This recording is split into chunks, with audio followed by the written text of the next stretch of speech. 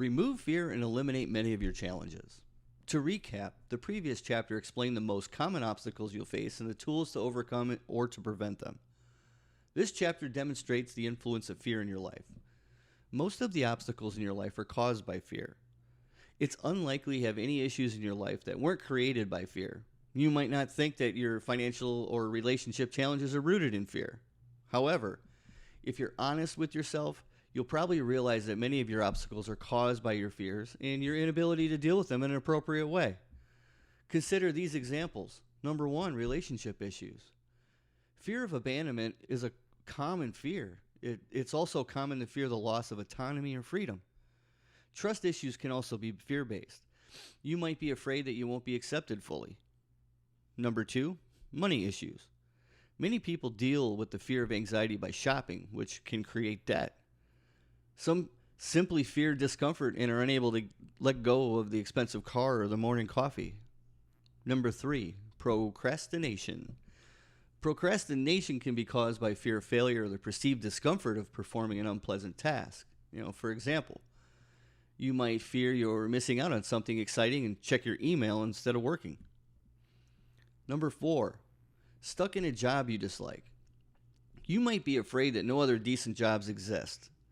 You might be fearful of giving up your benefits or giving up a new job that pays less. You might be afraid of going through the application process and competing for a better job. These are just a few examples. Consider the other parts of your life that are challenging.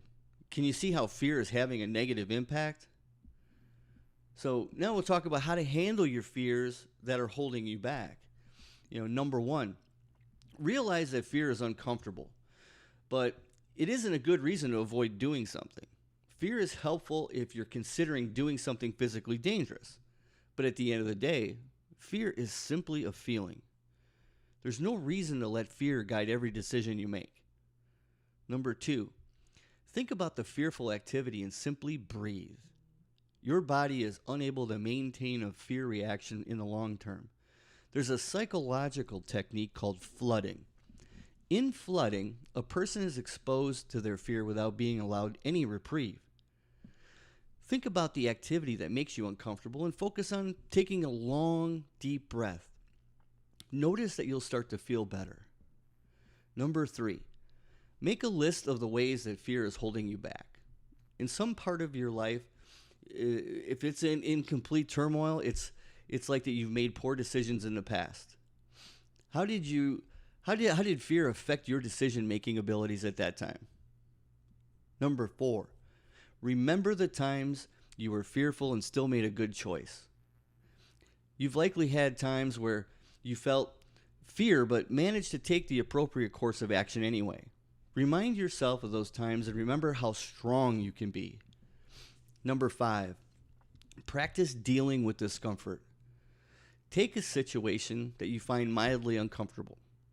Perhaps it's eating peas or, talking to an attractive member of the opposite sex. Force yourself to deal with small doses of discomfort and increase the level of exposure over time.